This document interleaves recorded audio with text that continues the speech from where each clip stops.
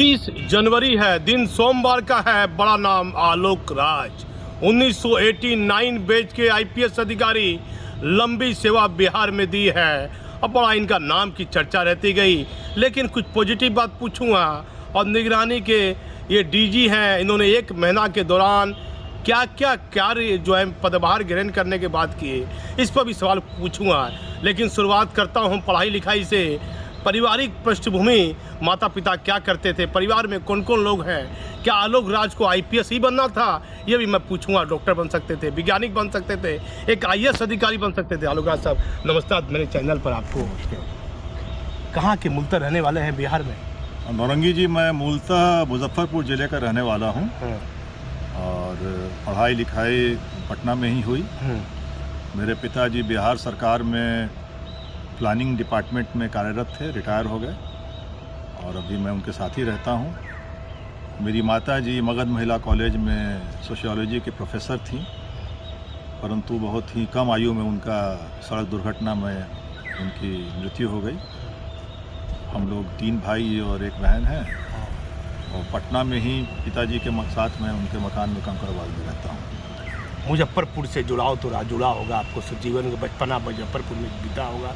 नहीं, मुजफ्फरपुर मेरा गृह जिला है, लेकिन बचपन और पढ़ाई लिखाई मेरी पटना में ही हुई। पटना में मैं सेंट माइकल्स स्कूल में पढ़ा, उसके बाद सर गणेश दत्त पाटलिपुत्र स्कूल में पढ़ा, उसके पश्चात मैं पटना साइंस कॉलेज में रहा।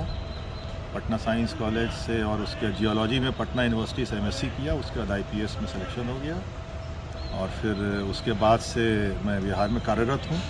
बीच में 7 साल के लिए मैं सीआरपीएफ में केंद्रीय प्रतिनियुक्ति पर भी था। सर, के माता का जब निधन हुआ उस समय आपकी क्या उम्र थी? जिस समय मेरी माता जी का निधन हुआ उस समय में एएसपी पटना सिटी एसपी जी। देखिए, जब एएसपी पटना हुआ करते थे आलोक राज साहब, तो इनकी माता जी का सड़क एक्सीडेंट में इनकी माता जी की देहांत निधन हो गया था। और उस समय तो नया नया आईपीएस बने होंगे, 89 बैच के थे। तो इसका मतलब ये कब की बात है? 92-93 की? ये बात है 1993 की।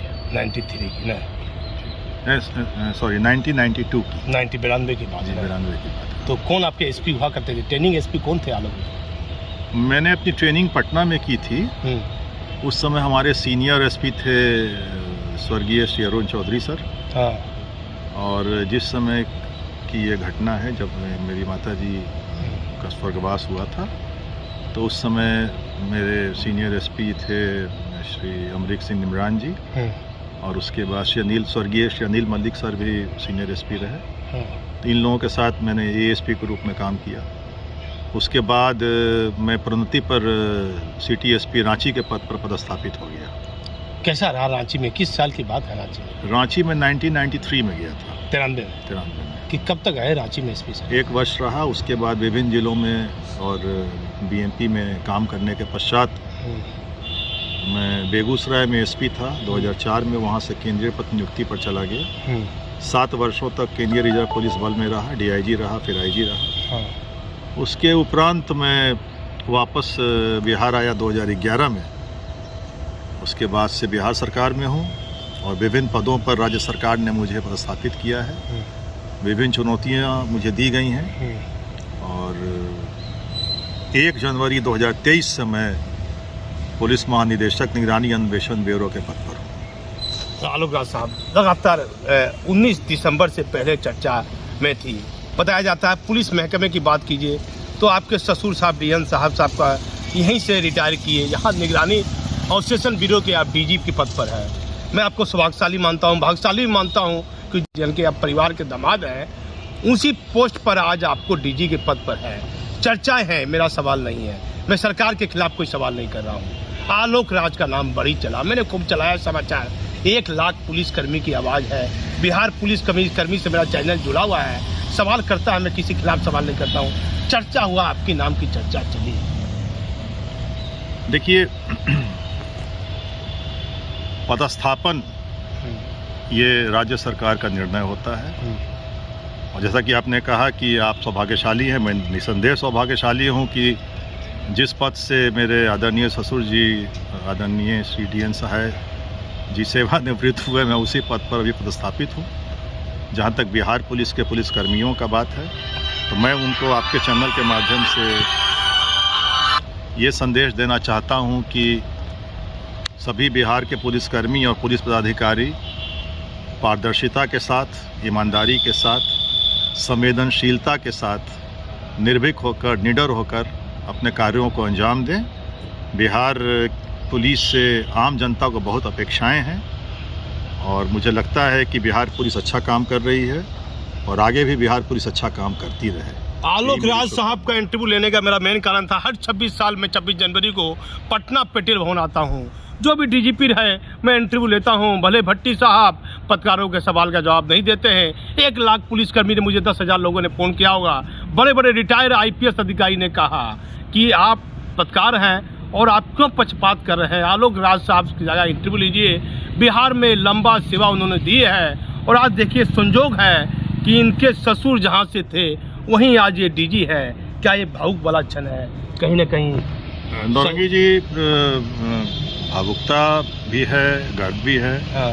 और मैं आभारी हूँ राज्य सरकार का कि उन्होंने मुझे एक बहुत ही गंभीर और चुनौतीपूर्ण पद पर, इस पद की जो गरिमा है, इस पद की चुनौतियाँ हैं। और 1 महीने के कार्यकाल में हम लोगों ने अभी 3 ट्रैप केस और 1 DA का केस किया है, यानी कि जनवरी माह में 4 केसेस हम कर चुके हैं। आपके चैनल के माध्यम से मैं एक संदेश देना चाहता हूँ कि बिहार के जो लोक सेवक भ्रष्टाचार में लिप्त हैं, वे अब इस काम को छोड़ें, अन्यथा निगरानी अन्वेषण ब्यूरो उन्हें नहीं छोड़ेगी।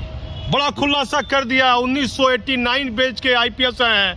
आलोक राज ने कहा जो लोक सेवक हैं, जो सरकारी नौकरी में कार्यरत हैं, यदि आप पैसे का खेल कर रहे हैं तो आप बंद कर दीजिए, नहीं तो मालूम पड़ेगा कि निगरानी की टीम ने आपको पैसे लेते हुए गिरफ्तार कर लिया है। मैं अपने चैनल पर कहूँगा, यदि बिहार के लोग मेरा चैनल देख रहे हैं, आपसे कोई पैसा मांगता है किसी भी सरकारी विभाग में, तो आलोक राज साहब के ऑफिस पे फ़ोन कीजिए और संपर्क कीजिए। नाम बताने वाले का नाम पूरी तरह गुप्त रहेगा, जानकारी देने वाले का नाम पूरी तरह गुप्त रहेगा। क्या सर, जो पैसा ले रहा है और भ्रष्टाचार में लिप्त अधिकारी, पब्लिक आपको सूचना दे सकती है? हमारे यहाँ लोग सूचना देते हैं और जो लोग सूचना देते हैं उनका नाम बिल्कुल गोपनीय रखा जाता है। परिवादी का नाम हम उजागर नहीं करते हैं, लेकिन जो लोग ट्रैप केसेस में आते हैं वो खुद उसका भाग बनते हैं। और अभी तक जो परंपरा रही है निगरानी अन्वेषण ब्यूरो की, काफ़ी लोग यहाँ पर आते हैं। आम जनता का इस ब्यूरो पर विश्वास है और कई महत्वपूर्ण केस ब्यूरो ने निष्पादित किए हैं। कई महत्वपूर्ण कांडों का अनुसंधान भी ब्यूरो द्वारा किया जा रहा है। और मैं आपके चैनल के माध्यम से ये कहना चाहता हूँ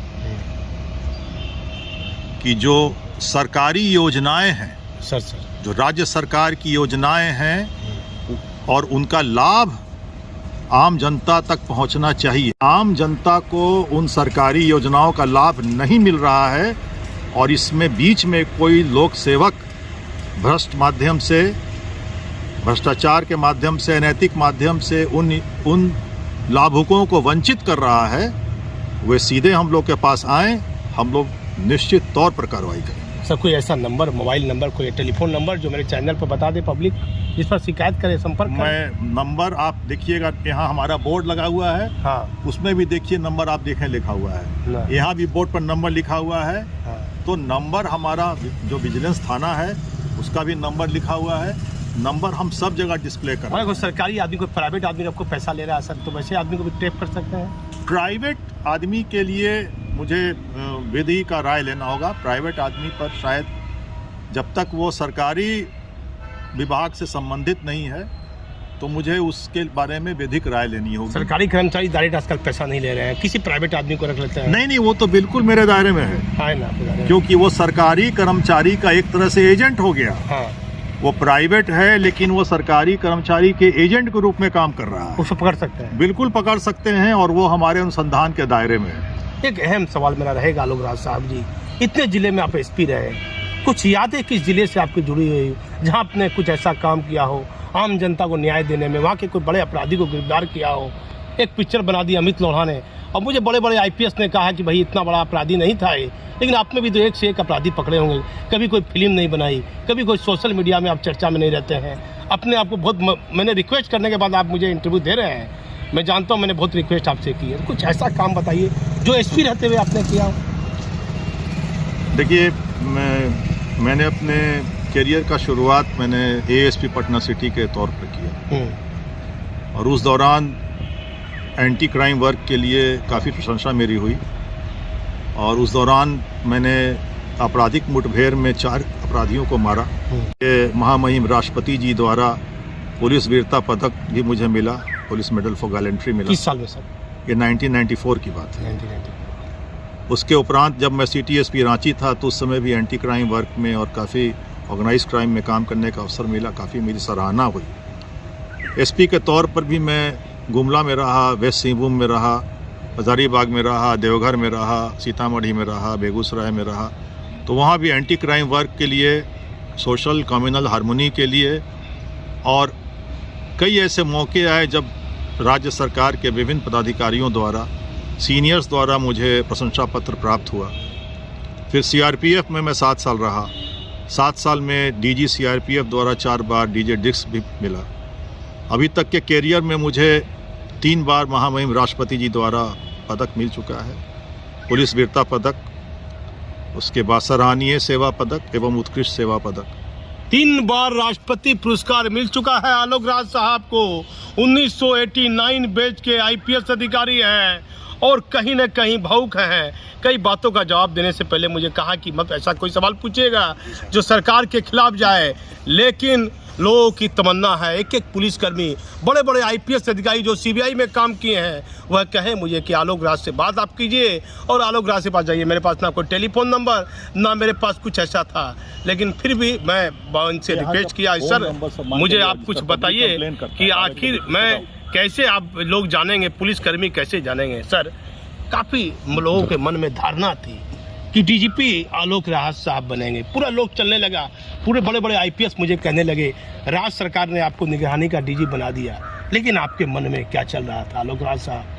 देखिए, इस प्रश्न का उत्तर देने का कोई मतलब नहीं है। हाँ, लेकिन मैंने आपको पहले भी कहा कि राज्य सरकार ने जो जिम्मेवारी मुझे दी है, मैं उससे बहुत खुश हूँ, संतुष्ट हूँ, और जो काम मुझे दिया गया है मैं पूरी ईमानदारी, पूरी ताकत, पूरे समर्थ के साथ उस काम को करूंगा, और राज्य सरकार को, आम जनता को शिकायत का अवसर नहीं मिलेगा। माता जी का निधन कम साल में हो गया। पिताजी मेरे साथ रहते हैं, मैंने कहा, रिटायर हो चुके हैं। और हम क्या बनना चाहते थे बचपन में, क्या इच्छा थी? कुछ खेल खेलते होंगे, क्रिकेट खेलते होंगे, वॉलीबॉल खेलता था, लोग गुल्ली डंडा खेलता था उस समय, खेलने की क्या इच्छा थी आलोक राज साहब ने? अब आप मेरे पूरे कैरियर की विवेचना करना चाहते हैं। देखिए, मुझे लगता है कि कॉलेज में आकर IPS बनने का सपना शायद मैंने देखना शुरू कर दिया था। हाँ। तो एक किस कॉलेज में थे? पटना साइंस कॉलेज का मैं स्टूडेंट था। हाँ।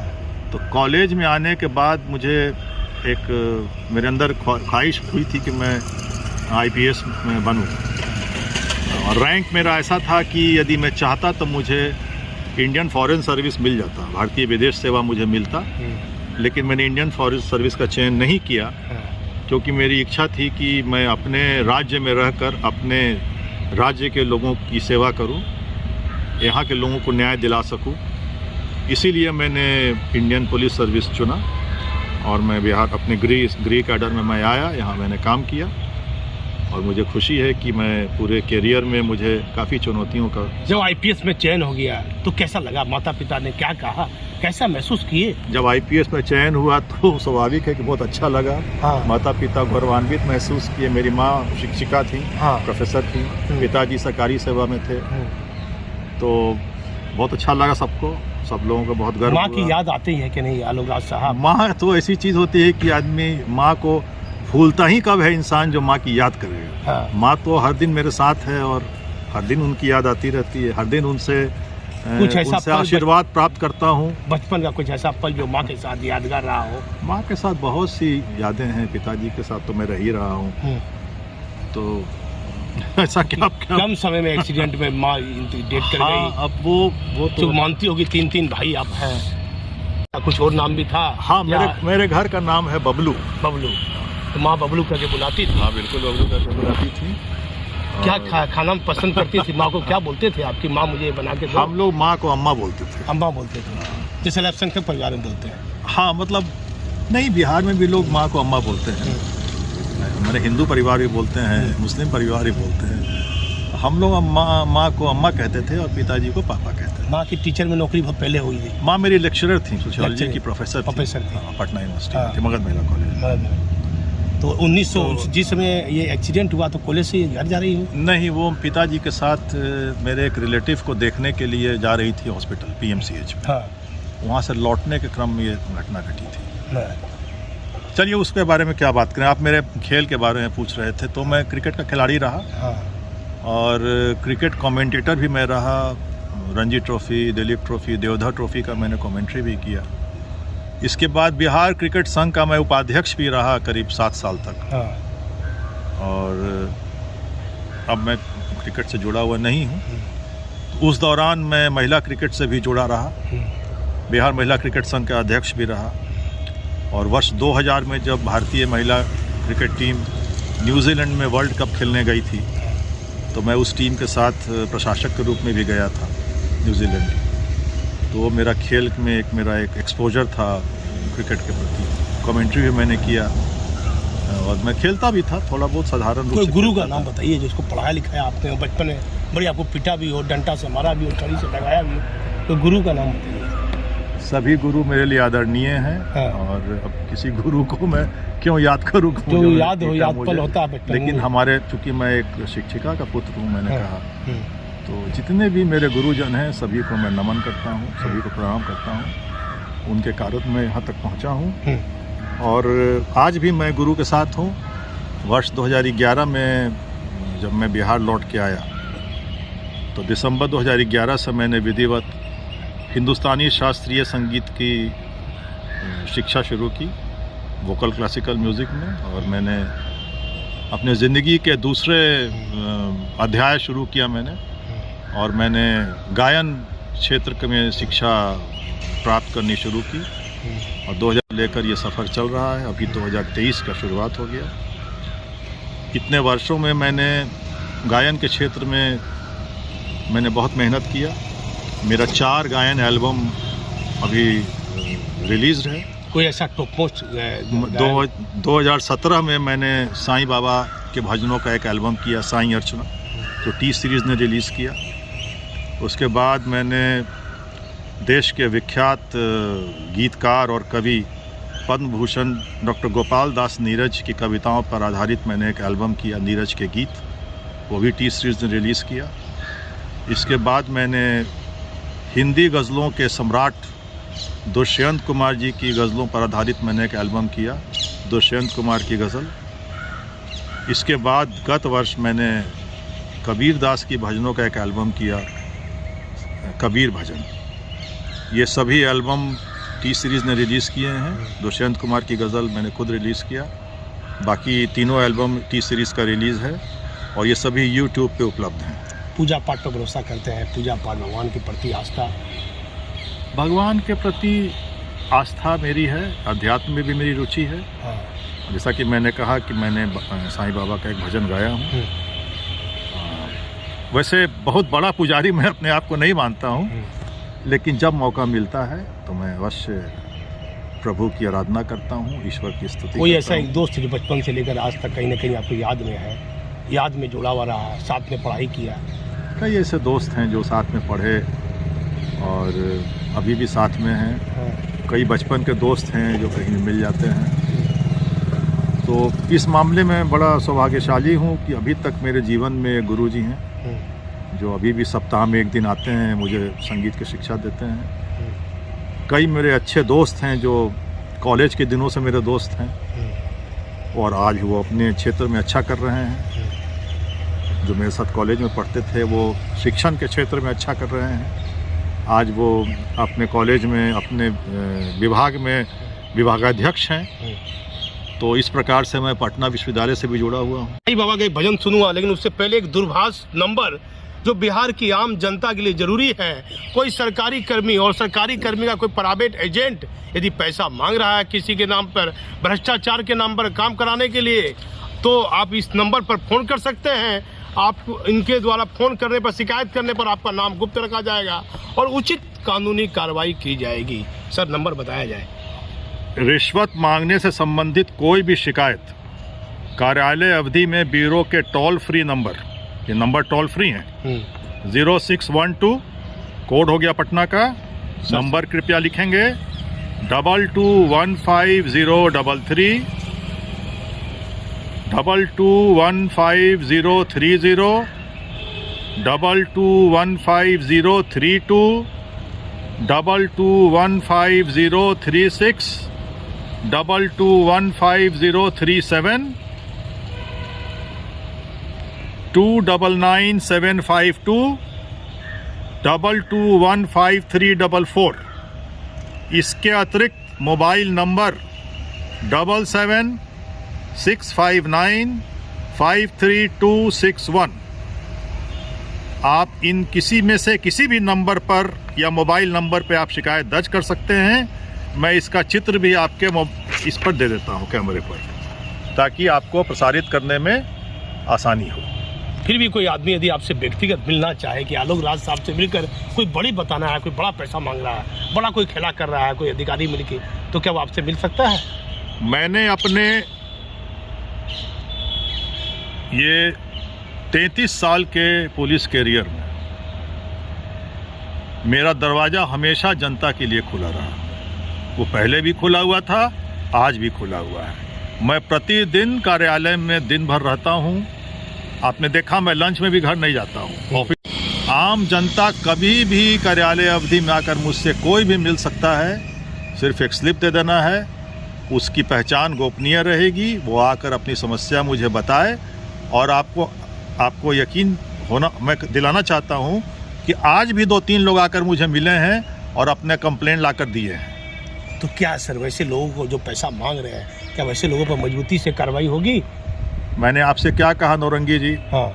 1 महीना में 3 ट्रैप यानी कि 3 लोग गिरफ्तार हुए जो घूस लेते हुए पकड़े गए। IAS जिले को चला गया, उसको लेकर आ रहा हूँ, उस पर भी आ रहा हूँ। हाँ।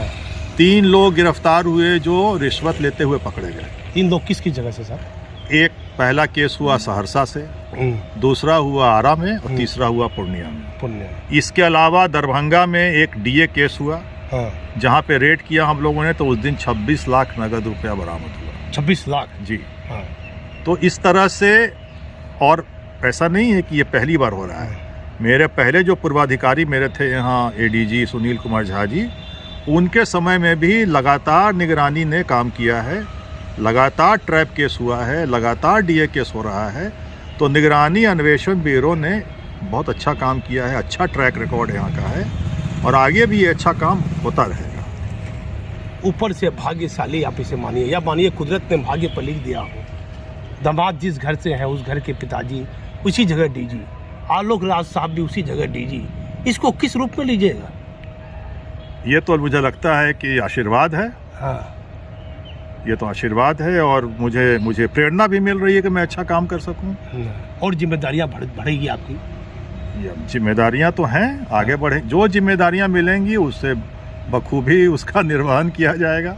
एक भजन या माँ पर या साईं बाबा पर, क्योंकि माँ मानती थी, माँ नहीं रही दुनिया में, माँ और साईं बाबा पर एक भजन में सुनना चाहूँगा, कहिएगा तो अच्छा लगेगा। मैं आपके चैनल के माध्यम से सभी श्रोताओं को बताना चाहता हूँ कि मेरे सभी भजन गीत गज़ल YouTube पे उपलब्ध हैं। हाँ। आप आलोक राज IPS बिहार टाइप कीजिएगा YouTube पर, सभी गाने मेरे आ जाएंगे। जहाँ तक आपके चैनल की बात है, तो मैं बाबा का एक भजन है, साईं बाबा का, जो मेरे एल्बम से है और T सीरीज़ ने रिलीज़ किया है। मैं उसका 2 लाइन उसकी सुनाता हूँ आपको। वो इस प्रकार है। राग मिश्र पहाड़ी में इसे बनाया गया है। करूं अर्चना साईं निस दिन तुम्हारी, तुम्ही से है चलती ये जीवन की गाड़ी। करूं अर्चना साईं निस दिन तुम्हारी, तुम्ही से है चलती ये जीवन की गाड़ी, करूं अर्चना। सर मेरा अंतिम सबसे अंतिम सवाल है, कोरोना के बाद क्या बदलाव देखे आप आम आदमी में? कोरोना के बाद बहुत लोग अपने दिनचर्या बदलते चले गए, एक सोशल मीडिया को लेकर लोग गलत इसका इस्तेमाल खूब कर रहे हैं। नया नया युवक, कम उम्र का बच्चा, किसी का लड़का हो मेरा या वो मोबाइल देखता है, कुछ करता है, मोबाइल का भी लोग साइबर क्राइम जिसे लोग कहते हैं, इस पर क्या कहिएगा? कोरोना के बाद कुछ पॉजिटिव चीज़ें भी हुई, कुछ नेगेटिव चीज़ें भी हुई। सर मैं ये व्यक्तिगत अनुभव के आधार पर कह रहा हूँ। पॉजिटिव ये हुआ कि इंसान को लगा कि उसके जीवन का क्या महत्व है, और इंसान को ये भी लगा कि ये सारे जो भौतिक सुख हैं, ये जो प्रतिस्पर्धा है, होड़ है भौतिक सुख प्राप्ति का, इसका भी कोई मीनिंग नहीं है, ये कोई स्थायी नहीं है, क्योंकि जीवन इतना अनिश्चित है कि ये सभी सुख भी अनिश्चित हैं। तो ये पॉजिटिव चीज़ ये हुआ कि मुझे लगता है कि इंसान अपने बारे में ज़्यादा सोचने लगा, आध्यात्म की ओर भी इंसान का झुकाव हुआ। मैं अपनी बात कह रहा हूँ। और आपसी परिवार में जो आपसी स्नेह होना चाहिए, एक परिवार में जो आपस का प्रेम होना चाहिए, परिजनों के लिए जो आपको समय देना चाहिए, वो सभी चीज़ें लोगों ने सीखी। ये पॉजिटिव चीज़ हुई। नेगेटिविटी मुझे लगता है कोरोना क्या, यूँ आम तौर पे भी अगर आप नेगेटिव ढंग से सोचिएगा तो आज का यूथ जो है वो बहुत समय बर्बाद करता है सोशल मीडिया पर। हम लोग जैसे रोज़ खेलते थे शाम स्कूल के बाद, कॉलेज के बाद, साइंस कॉलेज के, हम लोग महेंद्रू मोहल्ला में किराए के घर में रहते थे। तो महेंद्रू मोहल्ला साइंस कॉलेज बहुत नज़दीक था, तो स्कूल के बाद साइंस कॉलेज में खेलते थे, शाम में क्रिकेट खेलते थे, फुटबॉल खेलते थे, और पूरे मोहल्ले के बच्चे खेलते थे। और उस समय एक सपना होता था कि साइंस कॉलेज में पढ़ेंगे सर, तो वो सपना भी मेरा सफल हुआ। लेकिन हम लोग खेलते थे, और एसपी बनने तक, डीआईजी बनने तक मैं लगातार खेलता रहा, ज़रूर खेलता था। लेकिन आजकल का जो यूथ है, मेरे ही बच्चे हैं, वो खेलते नहीं हैं, ज़्यादा टाइम सोशल मीडिया पर लगाते हैं, या खेलते भी हैं तो वो बैठ के कंप्यूटर गेम खेलते हैं। तो जो फिजिकल फिटनेस जो एक शरीर में आता है, शारीरिक रूप से जो स्वस्थ होना चाहिए युवाओं का, वो मुझे लग रहा है कि शारीरिक रूप से आज का युवा उतना भटक रहा है, स्वस्थ नहीं है, या यूँ कहिए कि वो अपने राह से भटक रहा है। और सोशल मीडिया में रहने के कारण वो जो अच्छी पुस्तकें उसे पढ़नी चाहिए थी, लिटरेचर हम लोग पढ़ते बहुत थे, बड़े बड़े कवियों को पढ़ते थे। मैंने नीरज जी को पढ़ा था, दुष्यंत जी को पढ़ा था। अब मेरा सौभाग्य है कि उनको गाने का अवसर मुझे मिला। अभी मैं बशीर बद्र को पढ़ा हूँ, और उन पर भी एक गज़ल का एल्बम तैयार कर रहा हूँ। मैं फिराक गोरखपुरी पर भी गज़ल का एल्बम तैयार कर रहा हूँ। तो हिंदी उर्दू साहित्य को मैं पढ़ता रहता हूँ।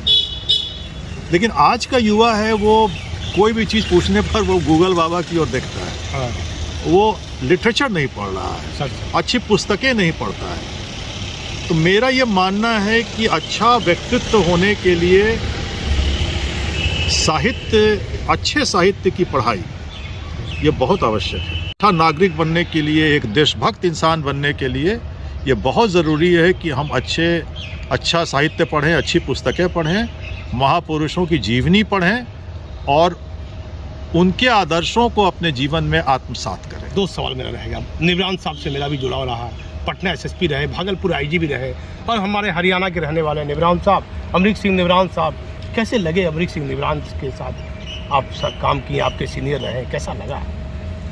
नहीं, मैंने कहा कि मेरा ये बड़ा सौभाग्य है कि जिन लोगों के साथ मैंने काम किया, निवरान सर और अनिल मलिक सर, तो मैं एएसपी था उन दिनों, उसके पहले अरुण चौधरी सर मेरे ट्रेनी सीनियर एसपी थे सर। तो जिनके साथ भी मैंने काम किया, उनका स्नेह मुझे हमेशा मिलता रहा। और बाद में जब निमरान सर डीजी होमगार्ड थे, और वहीं उसी पद से वो रिटायर हुए थे, तो मैं उनके अंडर में आईजी होमगार्ड ग्रुप में मैंने काम किया। तो सर से मैं हमेशा स्नेह मिलता रहा। मुझे जितने भी सीनियर्स मेरे साथ जिनके साथ मैंने काम किया है, उनसे मुझे हमेशा स्नेह और मार्गदर्शन मिला है, और कुछ ना कुछ सीखने का अवसर मिला है। मैं आज भी इस पोस्ट पे आके मैं बहुत सौभाग्यशाली इसलिए महसूस कर रहा हूँ कि मैंने अपने कैरियर में मैंने सभी पोस्ट पे काम किया। बिहार सरकार का एडीजी रैंक में मैंने लगभग सभी पोस्ट पे काम किया है। एडीजी में ये विजिलेंस में मैंने कभी नहीं काम किया था। ये पहली बार अपने कैरियर में मुझे विजिलेंस में काम करने का अवसर मिला है, तो अभी भी मैं सीख रहा हूँ। लंबा समय से बचपन से नीचे से ऊपर आया, माँ नहीं रही, भगवान ने ऊपर वाले ने आपको बहुत मेहरबानी की। डीजी विजिलेंस आप हैं, डीजी निगरानी आप हैं, तो कभी सोचा कि माता की बहुत बढ़िया लोग मूर्ति बनाते हैं, स्थापित करते हैं याद के पर मुजफ्फरपुर में जहाँ आपके मूलतः रहने वाले हैं, कभी ऐसा कोई मन में ख्याल आया कि माँ के नाम पर एक मूर्ति स्थापित करूँ? नहीं, मूर्ति स्थापित मैंने नहीं किया। हाँ। लेकिन माँ की मूर्त जो है वो मेरे दिल में है। अवश्य फोटो अवश्य है माँ का। हाँ। तो प्रणाम करता हूँ रोज। और मेरी माँ के आदर्शों पर चलने का कोशिश करता हूँ। जहाँ तक मुजफ्फरपुर में या पटना, तो कभी सोचा नहीं हूँ इस विषय पर। लेकिन एक खुशी है कि मैं अपने पिताजी के साथ रह रहा हूँ और पिताजी का माँ की सेवा तो मैं नहीं कर सका। उनका अकस्मात निधन हो गया, एक्सीडेंट में हुआ, तो अकस्मात ही हुआ। लेकिन मुझे बड़ी खुशी है कि मैं अपने पिताजी की सेवा करने का मुझे पूरा अवसर मिला और मैं आज भी अपने पिताजी के साथ उन्हीं के घर में रहता हूँ। अब देखिए आलोक राज साहब जो अपनी माँ को अम्मा कह के बुलाते थे और इनकी माता जी इनको बबलू कह के बुलाती थी। कहते हैं कि मूर्ति तो मैंने स्थापित नहीं की, लेकिन माँ का स्थान दिल में है, माँ की फोटो मेरे पास में है। अपनी माँ के बारे में कहते कहते भावुक हो जाते हैं। बिहार पुलिसकर्मी की एक बहुत बड़ी जिम्मेदारी रहती है। क्या है जिम्मेदारी? लोगों को, आम लोगों से इतने नए आईपीएस आ गए हैं, अब आदमी से मिलना नहीं चाहते हैं, दूरी बनाना चाहते हैं नए आईपीएस। पहले आम लोगों से लोग गरीब से मिलते थे। ये ऐसा बदलाव क्यों दिखा जा रहा है? ये मैं बिहार की बात नहीं कर रहा हूँ, अन्य राज्यों की बात कर रहा हूँ आलोक राज साहब, क्योंकि आप एक लंबे समय से पुलिस विभाग में आए हैं। आम जनता से आईपीएस अब मिलना नहीं चाहते हैं जिला में। नहीं, मैं ये आपके चैनल के माध्यम से कहना चाहता हूँ कि हमारी को एक वरीय पुलिस पदाधिकारी की कोशिश ये होनी चाहिए। अभी छोड़ दीजिए उसको। हाँ। हमारी कोशिश ये होनी चाहिए एक पुलिस पदाधिकारी होने के नाते, वरीय पुलिस पदाधिकारी होने के नाते, कि हम आम जनता से मिलें। हमारा उद्देश्य ये होना चाहिए कि जो सबसे कमज़ोर है, जो सबसे वंचित है, जो सबसे ज़्यादा पीड़ा में है, वो हमारी, अगर वो हम तक पहुंचता है तो हम उसकी बातों को सुने, उसके प्रति अपनी संवेदनशीलता दिखाएं और यथासंभव कानून के दायरे में रहकर उसको मदद करें।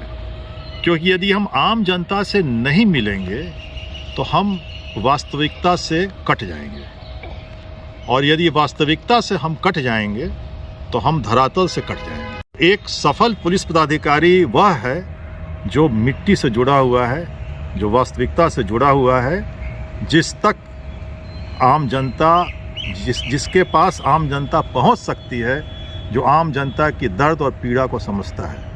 मेरा उद्देश्य ये है कि जो मेरा जो राज्य है, मैं बिहार का हूँ, तो जो बिहार की जो पीड़ित जनता है, मैं सभी पुलिस पदाधिकारियों से अपील करता हूँ, अनुरोध करता हूँ कि आप पीड़ित जनता से मिलें, लोगों से मिलकर उनकी बातों को सुनें और उन्हें न्याय दें। क्योंकि यदि आप मिलेंगे नहीं तो फिर आप न्याय भी नहीं दे पाएंगे। देखिए आलोक राज साहब कहते हैं, यदि आप मेरा चैनल देख रहे हैं तो एक लंबा सेवा बिहार में दे रहे हैं, और कहते हैं कोई भी आईपीएस अधिकारी जो नया एसपी है, रेंज में एसपी है, एसएसपी है, डीआईजी, आईजी है, आम जनता से मिलिए। लगातार मैं देख रहा हूँ सर, पत्रकारों को जो पुराना पत्रकार है उसको बाहर बिठाया था, जो नया पत्रकार देखते हैं आजकल, जो गाड़ी से चल रहा है, ये चल रहा है, उससे लोग मिलने लगे। पत्रकारों से भी तो बड़ा बहुत लंबा पाला पड़ा होगा, ढेर पत्रकार मिले होंगे आपको जीवन में एक से एक। आलोक राज साहब। नौरंगी जी, मैं किसी पर कोई टिप्पणी नहीं करना चाहता हूँ, लेकिन इस पर कहिए, सोशल मीडिया पत्रकारों पर जो पुराना लोग हैं, जो जानकार आदमी हैं। हर इंसान के अपने सिद्धांत होते हैं और हर इंसान का अपने ज़िंदगी जीने का तरीका होता है। मैं पुलिस अफसर की बात जरूर करूंगा क्योंकि मैं पुलिस अफसर हूँ। एक पुलिस अफसर का ये कर्तव्य है कि वो पीड़ितों से मिले, और उसका उद्देश्य होना चाहिए कि जो सबसे कमज़ोर है, जो सबसे दुखियारा है, जो निरीह है, जिसकी पहुंच कहीं तक नहीं है, हाँ, जो कहीं नहीं पहुंच सकता है, जिसकी आवाज़ कोई नहीं सुन रहा है, हाँ, उसकी आवाज़ को सुनने की क्षमता हमारे अंदर होनी चाहिए, तभी हम न्याय कर पाएंगे। देखिए, मैं आलोक राज साहब का इंटरव्यू यहीं समाप्त करता हूं, लेकिन बहुत महत्वपूर्ण अच्छी बात इन्होंने कही है। बिहार में यदि कोई भी आईपीएस इनकी बातों को कम से कम अपने पर उतार ले कि आम पीड़ित व्यक्ति जो एसपी कार्यालय के बाहर घंटों बैठा रहता है जमीन के विवाद के लिए, भाई मार दिया, फलना विवाद है, उससे एसपी क्यों नहीं मिल रहे हैं? यदि नहीं मिल रहे हैं तो मिलिए और जनता की बातों को सुनिए। बिहार में पीड़ित जनता से मुझे लगता है कोरोना के बाद अधिकारी मिलने में परहेज कर रहे हैं। मैं अपना इंटरव्यू यहीं समाप्त करता हूं। मैं पटना से निगरानी ऑफिस से दीपक नौरंगी।